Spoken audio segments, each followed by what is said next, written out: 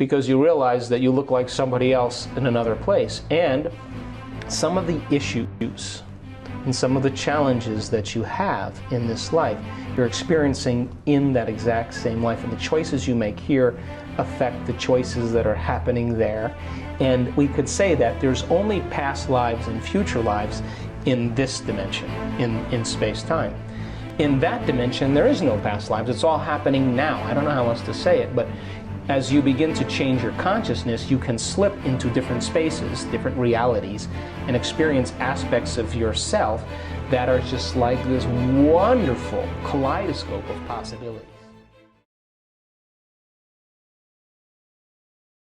When we do this, when we go into what we commonly call a past life experience, via whatever means, spontaneously through regression or whatnot, there does seem to be this element of time associated with it, because you could look it up in the history book, like the young fellow, James, I've forgotten his last name, who was the pilot during World War II, came back and went to meet with all his mates, and now they're in their 70s, and he's, what, 8, 9 years old, all full memory. And you could say, in a linear sense, that happened 60 years ago, or whatnot. But you're saying, is this, it's so abstract to say it didn't happen 60 years ago, because it's all happening right now. It's still happening. It's still happening. He just brought the memory from there. So but it's almost like a theoretical debate on one level, even if it's true, right? I mean, does it give us some advantage to thinking past, future? I think one of the cool things about it is that you can experience future times too, and that we think that time is fixed. You know, we think it's linear. It's not fixed. No. And so you have to have the moment to understand, when you have the experience, that what you're doing right now is actually affecting all of your past, present, and future lives. Your moment in your meditation, your moment to give, your moment to serve, your moment to love right now affects both your future as well as your past.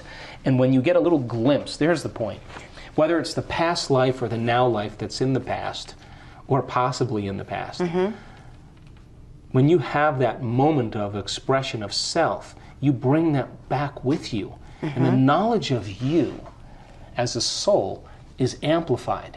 You have more understanding to help you execute that this is an illusion that we're living in. So it no longer becomes about getting to the top of the heap or succeeding or being the most whatever.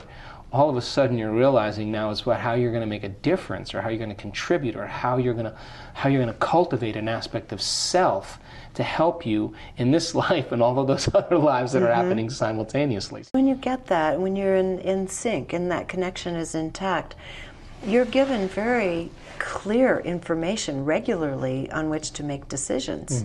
That information flows through. I mean, for everyone it's different. Some people say, oh, my guides were speaking to me, or whatnot. It could be also our higher self speaking to us. It can be an external being speaking, but the point is, once you go into that state of grace, as it were, where you're in that open field of possibilities, you begin to see, hear, simply know, as information is being flowed through to you. And then free will seems to be more how we handle the choice as to what to do with that information as it comes from higher source. Well, knowledge is empowerment. Knowledge about self is self-empowerment. Right. So, but I'm not talking about knowledge like you may want to argue quantum superimposition, right? Yeah. Some people do that, and I've sat and drank martinis with quantum physicists to sunrise, and nobody's changed at the end of it. Right.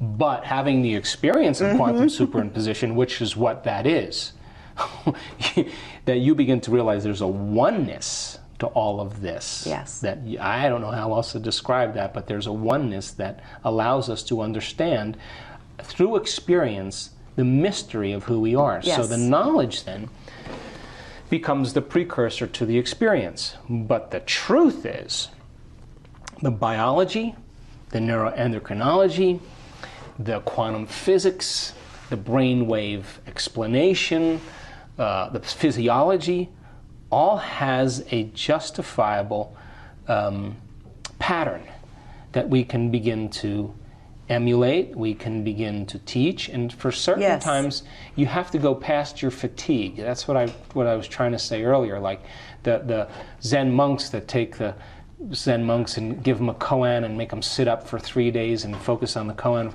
and they're thinking with their conscious mind, and they're pushing them with love, and all of a sudden they finally surrender. Well, what is that surrender? Yes. The ego finally just gets out of the way, and that's the moment the monk has the realization, or the martial artist does something amazing, or the athlete, or something happens that's not a greater aspect of energy yes. through you.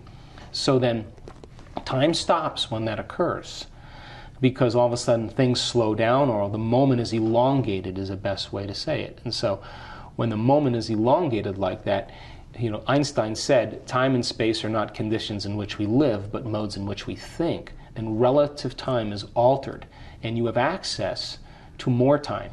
That's the only way I can say it. Yeah. No, that makes sense, because when you're in that state, that altered state of consciousness, or you might say normal state of consciousness, where there is that expansion and that no thing, time, you experience time totally differently. Absolutely. It's as though there's no such thing as time. It's just this state of grace that is perpetual. You have to almost jerk yourself back into this hard and fast linear reality from that place, because who wants to come out of it? Sure. Yet the real beauty of life, the real dance, is to open that, connect with it, and maintain that while we're living in this linear third-dimensional experience, right? I always say, listen, you have a mystical experience. If you can't integrate it into your life, it's not mystical. I think that after a few experiences like that, parts of our brain that have been dormant, now again, this is my theory, parts of our brain that have been shut off or dormant are turned on. And now you're looking through a different lens now, because you only perceive what's mapped in your brain neurologically and what you emotionally have experienced. So the emotion becomes the filter, and the circuitry becomes the focus. And so then you have an experience of space-time and time-space. All of a sudden you activate the circuitry. You're looking, the lens changes from experience, and the body changes from experience, the circuitry changes from experience. You're not focusing so much on just that particle, you're focusing on the wave and the possibilities. So your lens broadens and your acuity sharpens, and that then alters your perception, which alters your beliefs, which alters your attitudes, which alters your thoughts and feelings, which is altered from your memories or experiences. So let's talk about Kundalini then. Where is the Kundalini experience?